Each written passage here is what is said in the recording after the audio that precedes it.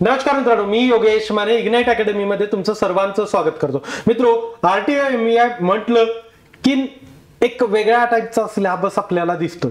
कसा वेगळ्या टाईपचा सिलेबस म्हणेल तर प्री बघितली आपण, तर प्री आता कम्प्लिटली नॉन टेक्निकल झाली, कारण ग्रुप सी मध्ये गेलेली आहे. राईट, पहिले काय असायचं की प्री मध्ये काही पार्ट जो होता तो रिसेंट ट्रेंडशी रिलेटेड यायचा. आता काय तर डायरेक्ट ग्रुप सी क्लिअर करा प्री, तिथून तुम्ही पुढे येणार कुठं मेन्सला, आणि मेन्सला मग तुमचा जो पेपर असेल तो कम्प्लिटली टेक्निकल पेपर असणार आहे. आणि या मेन्सच्या पेपरवरच तुमचा फायनल मेरिट, म्हणजे फायनल मेरिट कशाचा की तुम्ही सिलेक्ट झाला या नाही याचा. म्हणजे प्री एक तुमची स्क्रीनिंग टेस्ट आहे. ही प्री क्लिअर झाल्यानंतर तुम्हाला मेन्स देता येणार, आणि या मेन्सच्या मार्कावर तुमची फायनल सिलेक्शन होणार की नाही हे डिसाइड होणार. त्यामुळे एक वेगळा सिलेबस म्हणू शकतो आपण, कम्प्लिटली प्री नॉन टेक्निकल आणि पूर्ण तुमचं मेन्स हे टेक्निकल. राईट, आपली नॉन टेक्निकलची सिरीज चालूच आहे. युट्यूब चॅनलला आपल्या बघत असाल तुम्ही. राईट, मग ते बापू सरांचे सेशन असो की परशुराम सरांचे सेशन असो, आज इप्पर सरांचं सेशन आहे, किरण पाटील सरांचे सेशन चालू आहे, अमोल गाडेकर सरांचं सेशन होणार आहे. आपला पूर्ण नॉन टेक्निकलचा एक्सपर्ट फॅकल्टीज ज्या आहेत त्या पूर्ण तुमच्या प्री एक्झामिनेशनवर काम करतात. त्याचसोबत बऱ्याच विद्यार्थ्यांचं असं होतं की सर थोडंसं मेन्स बद्दल सुद्धा सांगा, मेन्सचा सिलेबस आपण डिस्कस करू. तर या व्हिडिओमध्ये मी तुमच्यासाठी तो मेन्सचा सिलेबस घेऊन आलेलो, ती एक्झामिनेशनची स्कीम की नेमके किती क्वेश्चन्स असणार आहेत, किती मार्काला असणार आहेत, हे सर्व काही या व्हिडिओद्वारे मी तुम्हाला क्लिअर करणार आहे. बघा, पूर्ण आयडिया कुठल्याही एक्झामिनेशनची क्लिअर असणं अतिशय गरजेचं आहे की आपल्या एक्झामला किती क्वेश्चन्स येऊ शकतात, त्याच सोबत कुठल्या टॉपिकला किती वेटेज असू शकतं, मागे किती वेटेज होतं, म्हणजे ओल्ड सिलेबस मध्ये आता किती असू शकतं, या सर्व गोष्टी आपल्या डोक्यामध्ये क्लिअर असणं अतिशय गरजेचं आहे. म्हणून आपण आज पूर्ण सिलेबस हे डिस्कस करणार आहोत. तर चला सुरू करू. सर्वप्रथम बघा, आता ही assistant motor vehicle inspector group C mains examination तुम्हाला एमपीएससीच्या वेबसाईटवर हा सिलेबस मिळून जाईल. राईट, परीक्षेची जी योजना आहे बघा, प्रश्नपत्रिका संख्या 1 क्लिअर, त्याचसोबत तुमचे एकूण प्रश्न माध्यम कुठला असणार आहेत, इंग्लिश. डिप्लोमा डिग्री वाले अपियर होऊ शकतात एक्झामला, automobile, mechanical engineering, production engineering किंवा आपल्या इक्विव्हॅलंट ब्रांचेस वाले. प्रश्न किती असणार आहेत, 150 प्रश्न असणार आहेत. प्रत्येक क्वेश्चन तुमचा 2 मार्काचा, असा 300 मार्काचा तुमचा पेपर असेल, आणि 1.5 तासामध्ये तो पेपर सॉल्व्ह करायचा. वस्तुनिष्ठ बहुपर्यायी म्हणजे एमसीक्यू टाइप मध्ये तुमचा पेपर असणार आहे. याच्यामध्ये तुम्हाला 1/4 निगेटिव्ह मार्किंग सुद्धा असणार आहे. क्लिअर, म्हणजे डोक्यामध्ये आयडिया आपली क्लिअर पाहिजे. ते 150 क्वेश्चन 1.5 तासामध्ये सॉल्व्ह करायचे, आणि मार्क किती मिळणार, 300 मार्क. क्लिअर, आणि 1/4 निगेटिव्ह सुद्धा असणार आहे. त्यामुळे उगाच मनात आलं मारला तुक्का असं नको. पुढं मित्रो, आपली प्रीची बॅच चालू आहे. राईट, ती लाईव्ह बॅच आहे. राईट, आणि मेन्सची जी आहे ती आपली रेकॉर्डेड फॉर्मॅट मधली बॅच आहे. आता ही तुमची प्रीची बॅच तुम्हाला सर्वोत्कृष्ट फॅकल्टी महाराष्ट्रामधल्या ज्या ग्रुप सीच्या सिलेबस सोबत एकदम कम्फर्टेबल आहे, ज्यांना पूर्ण माहिती आहे की कशा टाईपचे क्वेश्चन्स एक्झाम मध्ये विचारले जातात आणि त्यांना कसं टॅकल करावं, अशा आपल्या सर्वोत्कृष्ट फॅकल्टी तुम्हाला शिकवायला असणार आहेत. अनलिमिटेड व्ह्यूज असतात. राईट, किती वेळेस बघू शकता, केव्हाही बघू शकता. Subject wise test, topic wise आणि full length test, mega test आहेत बघा. राईट, त्याचसोबत वेगवेगळ्या अधिकाऱ्यांशी संवाद करण्याची तुम्हाला संधी मिळेल. राईट, पर्सनल काउन्सिलिंग सेशन असतील, डाऊट सॉल्व्हिंग सेशन सुद्धा असणार आहेत, आणि याची फीस तुमची 5,999 प्लस जीएसटी आहे. सध्या डेमो सेशन्स आपले युट्यूबवर चालू आहेत. पुढं मेन्सची जी बॅच आहे ती आपली रेकॉर्डेड फॉर्मॅट मधली बॅच आहे. अपडेटेड पूर्ण कोर्स येणार आहे, आमचं काम त्याच्यावर चालू आहे. राईट, काही ऑटोमोबाईल वगैरेचे पार्ट तर आपण अपडेट सुद्धा केलेला आहे. राईट, पूर्ण एक्सपर्ट फॅकल्टी आहे. मी, प्रतीक सर वगैरे तुम्हाला शिकवायला असणार आहे. रेग्युलरली धनंजय सरांचे गायडन्स पर सेशन असणार आहे. पर्सनल काउन्सिलिंग करू आपण अधिकाऱ्यांशी, जे ऑलरेडी सिलेक्टेड आपले अधिकारी आहेत त्यांच्याशी संवाद करायची संधी मिळेल. राईट, रिव्हिजन क्रॅश सेशन्स आहेत, म्हणजे अख्खं थर्मोडायनामिक 40 तासाच्या जागी तुम्हाला 4 तासात सुद्धा अवेलेबल करून देण्यात आलेले. 40 तास तर आहेच आहे ते, पण 4 तासात सुद्धा तुम्हाला रिव्हिजनसाठी अवेलेबल करून दिलं. माझ्या हँड रिटन नोट्स तुम्हाला अवेलेबल करून देण्यात आलेल्या आहेत. ओके, पीवायक्यूचं डिटेल अनालिसिस बेसिस आहे, त्यांचे सोल्युशन्स तुम्हाला मिळतील. मेगा ऑनलाईन टेस्ट सिरीज आहे जवळपास 20,000 MCQ ची आणि याची फीस आहे तुमची 6,999 प्लस GST न्यू सिलेबस नुसार आहे, जो की आपण आता डिस्कस करतोय. या दोन्ही बॅचला कंबाईन केलं म्हणजे 6,000 फीस तुमची प्रीची आणि मेन्सची 7,000 अशी 13,000. जर यांना एकत्र केलं तर ही आपण 9,999 प्लस GST मध्येच अवेलेबल करून देतो. पूर्ण फीचर प्री लाईव्ह असेल, मेन्स ही रेकॉर्डेड फॉर्मॅट मध्ये असेल. याही फीस वर तुम्हाला डिस्काउंट हवाय 4x9 प्लस GST वर, तर YM10 हा कुपन कोड वापरा. YM10 म्हणजे याच्यामध्ये तुम्हाला 10% आणखीन डिस्काउंट ऍडिशनल मिळेल. आता पुढे चलू. आता येऊ आपण रिअल आपल्या सिलेबस कडे की नेमका सिलेबस काय असणार आहे. क्लिअर. आता याच्यामध्ये मी हे पण म्हटलेलं आहे की कुठले रेफरन्सेस यूज करायचे ते पण मी तुम्हाला सांगेन. पण मी क्लिअरली एक गोष्ट तुम्हाला सांगू का मित्र, आता तुम्ही जर बघितलं पूर्ण टॉपिक किती होता, तर हा एंड टॉपिक आहे तुमचा कितवा 15वा. राईट. प्रत्येक टॉपिकला जर तुम्ही पुस्तकं वापरायला गेले ना तर कधी कव्हर होणार आहे सिलेबस, किती मुश्किल होईल हा सिलेबस कव्हर करणं. त्यामुळे तुम्हाला एक ऍडवाइस असणार आहे माझ्याकडून, ती म्हणजे की तुम्ही इग्नाइटच्या नोट्स वापरा. स्पेसिफिकली माझ्या हँड रिटन नोट्स आहेत ते, आणि त्याचसोबत मॅक्झिमम MCQ सॉल्व्ह करा. तुम्हाला बाकी थेअरी रीड करण्यासाठी बुकची गरज भासणार नाही. तरी पण तुम्हाला यूज करायचंच असेल तर कुठलं बुक यूज करू शकता हे मी तुम्हाला पुढे पुढे सांगत जाईल. Right. So strength of material मध्ये simple stress strain, right, shear force आणि बेंडिंग मोमेंट डायग्राम, ज्याला SFD BMD म्हणतो आपण. Moment of inertia, principal plane and stresses, right. Principal plane, principal stress, principal strain, ते सर्वच करावं लागतं. स्लोप अँड डिफ्लेक्शन हे दिलेलं आहे. Direct and bending stresses, theories of torsion, ज्याला टॉर्शन आपण म्हणतो, आणि बेंडिंग थेअरी, राईट. त्यांचे assumption, torsional stresses and strain. Clear. हा तुमचा सिलेबस आहे. म्हणजे कुठलं सिंपल स्ट्रेस स्ट्रेन असणार आहे, त्यानंतर बेंडिंग स्ट्रेसेस असणार आहे, torsional stresses, thermal stresses, right, principal stresses, पुन्हा SFD BMD, त्यानंतर तुमचं डिफ्लेक्शन. आता म्हणाल तुम्ही काय राहिलं सर, प्रिन्सिपल फक्त प्रेशर वेसल दिलेलं नाही, बाकी तर सगळं दिलेलं दिसतं. ते पण मी पुढे ऍडिशनल काय सांगतो ते पण तुम्हाला करणं आहे. राईट. म्हणजे तुम्हाला सॉम जे काही जिथं जिथं तुम्हाला पुस्तकात दिसतात ते पूर्ण टॉपिक करणंच आहेत. क्लिअर. मागे म्हणजे जो ओल्ड सिलेबस होता ना त्याच्यामध्ये फॉर्मवर 15 क्वेश्चन यायचे. ओल्ड सिलेबसची एक खासियत होती की प्रत्येक सब्जेक्ट मधून किती क्वेश्चन्स यायचे ना ते दिले केले होते, आणि तेवढेच क्वेश्चन यायचे, ते फॉलो पण करायचे. म्हणजे 100 मधून तुम्हाला 15 क्वेश्चन विचारले जाणार. राईट. हे पहिले होतं. आता तुम्ही तेवढ्याच्याच आसपास पकडून चला, थोडं बहुत कम. राईट. म्हणजे 10च्या वरच. पण 100 महत्वाचा सब्जेक्ट आहे, मोठा सब्जेक्ट आहे. बुकच यूज करायचं असेल तर याला रामामृतम करू शकता. राईट. पण तुम्हाला तेच सांगितलं की नोट्स यूज करा आणि MCQ सॉल्व्ह करा, बुकची गरज भासणार नाही.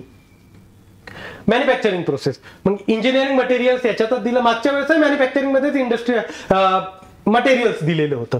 There properties, metal cutting process, turning, drilling, milling, boring, broaching, finishing and super finishing, plastic and their process, metal joining, okay, process, then NC, CNC, non conventional machining process. Clear. म्हणजे याच्यामध्ये तुम्हाला सर्वात महत्वाचा topic काय आहे तर एक आहे तुमचं मेटल कटिंग, आणि वेगवेगळ्या मशीनिंग प्रोसेस, कुठली मग ते टर्निंग असो, ड्रिलिंग असो, मिलिंग असो, बोरिंग असो, ब्रोचिंग असो, या मशीनिंग प्रोसेस. त्यानंतर finishing and super finishing process.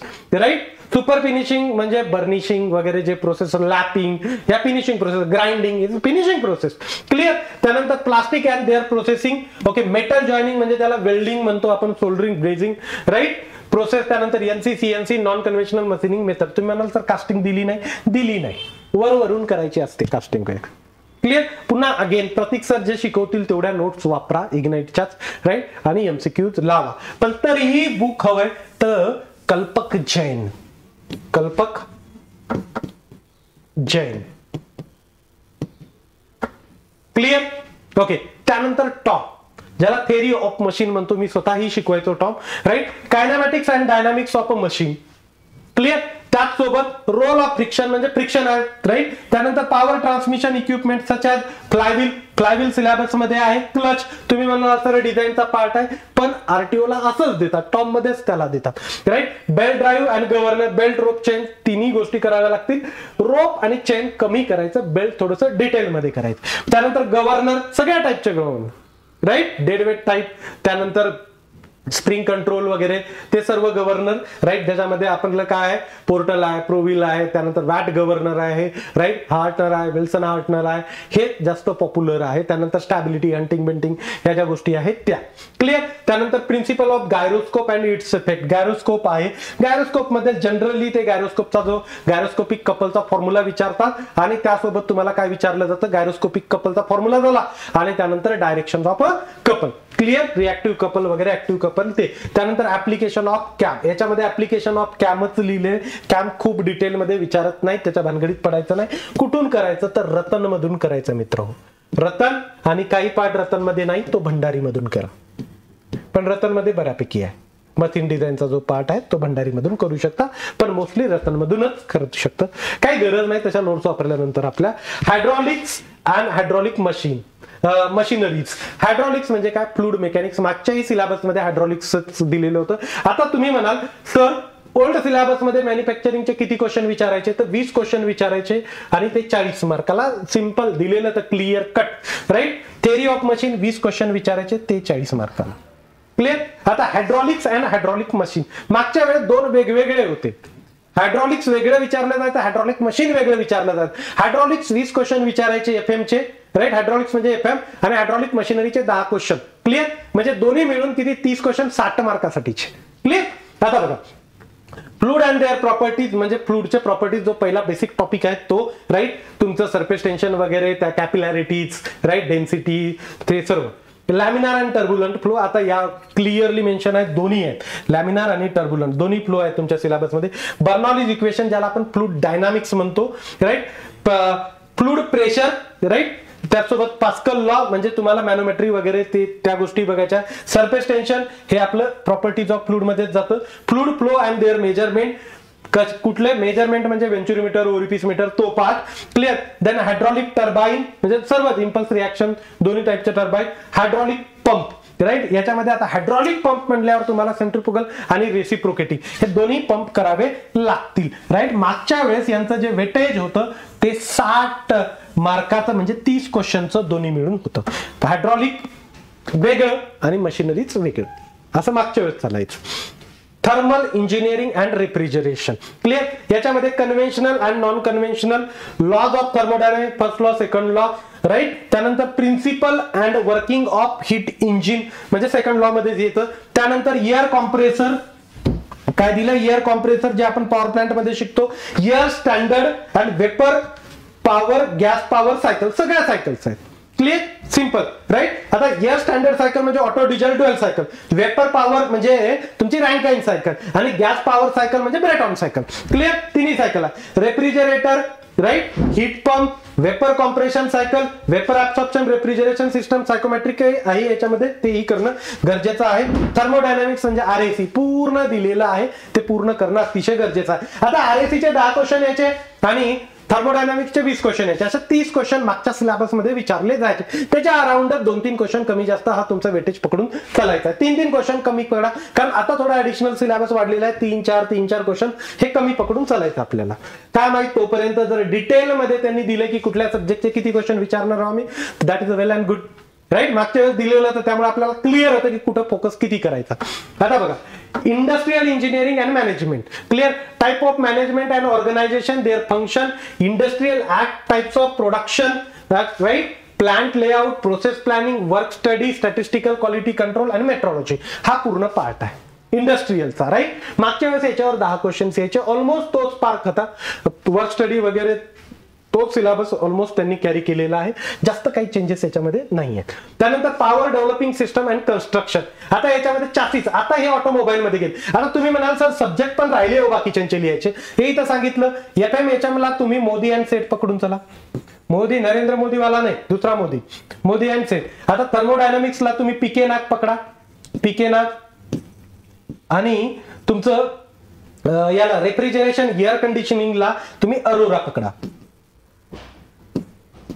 Air कंडिशनिंगला Arora पकडा. चलो आगे चलते. अब बघा इंडस्ट्रियल इंजिनिअरिंग झालं. इंडस्ट्रियल इंजिनिअरिंगला फार पुस्तकं रीड करण्याच्या भानगडीत पडू नका, कारण पुस्तकातून काही समजत नाही. त्यामुळे मी तुम्हाला सांगणार पण नाही की हे पुस्तक वापरा, ते पुस्तक वापरा, थोडंसं कॉम्प्लिकेटेड गोष्टी होत जातात, राईट. तुम्ही म्हणाल मग बाकीच्या ठिकाणाहून वापरायच्या, वापरू कुठंच नका, नोट्स वापरा पहिले, त्या क्लिअर झाल्या की मग ऍडिशनल पॉईंटसाठी तुम्ही ते रेफरन्सेसचा कधी गरज पडली तर वापरू शकता. क्लिअर. त्यानंतर बघा हे पूर्ण जे कूलिंग सिस्टम, लुब्रिकेशन सिस्टम, हे जो ऑटोमोबाईल आहे ना, सगळं तुम्हाला कृपाल सिंग मधून बघायचं आहे. क्लिअर. कुठलं? Kripal Singh. Chassis, layout type, sub system of automobile, SICI, 2 stroke engine, हे आपलं ऑटोमोबाईल मध्ये सुद्धा करू शकतो आपण, आयसी इंजिन मध्ये सुद्धा. 4 stroke construction and working, type of chassis and frame, CRDI. Okay. त्यानंतर MPFI, हे इंजेक्शन सिस्टम्स आहे. क्लिअर. त्यानंतर fuel pump and their injectors, ECU, electronic control unit for CI engines, ignition system used in the automobile, battery ignition, त्यानंतर तुमचं battery magneto ignitions, right. तर या सर्व multi point fuel injection, MPFI, right, common rail direct injection, CRDI, हे सर्व तुम्ही automobile plus IC engine related करायचं आहे.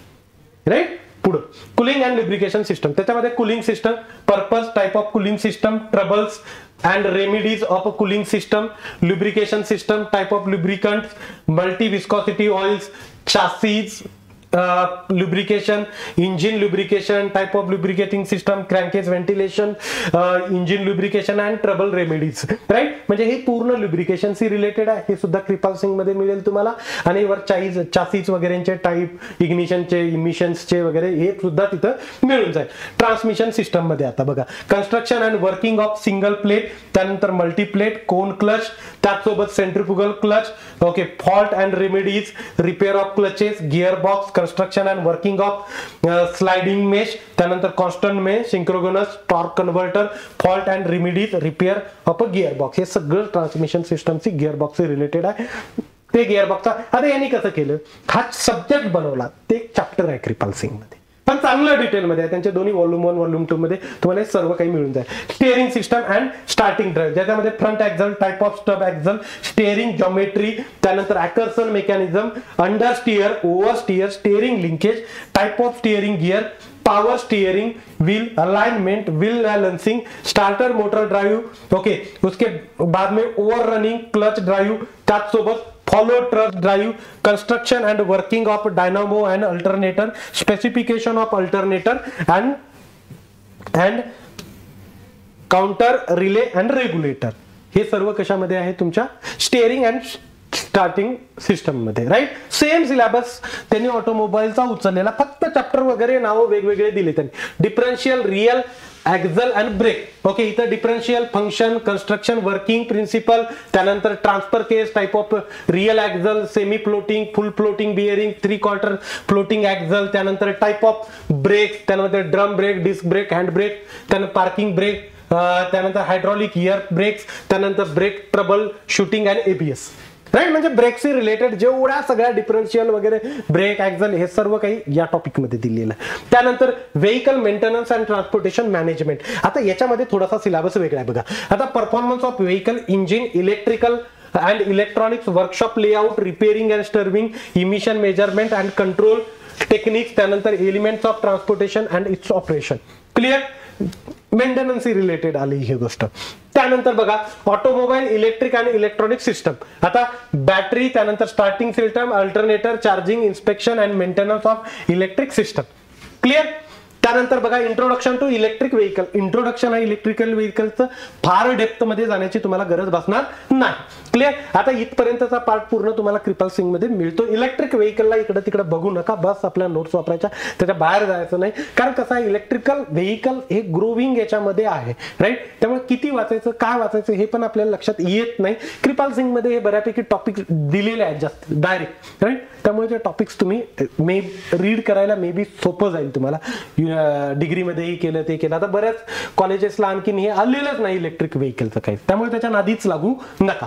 आता बघा, introduction to energy storage, requirement in hydraulic and electric vehicle, battery based energy storage, त्यानंतर battery specification, battery management system, BMS, ज्याला battery management system म्हणतात. भाई हमारा PhD का टॉपिक ही है इलेक्ट्रिक व्हीकल, आगे चलते ये हम ही पढ़ाएंगे इसको, इलेक्ट्रिक को.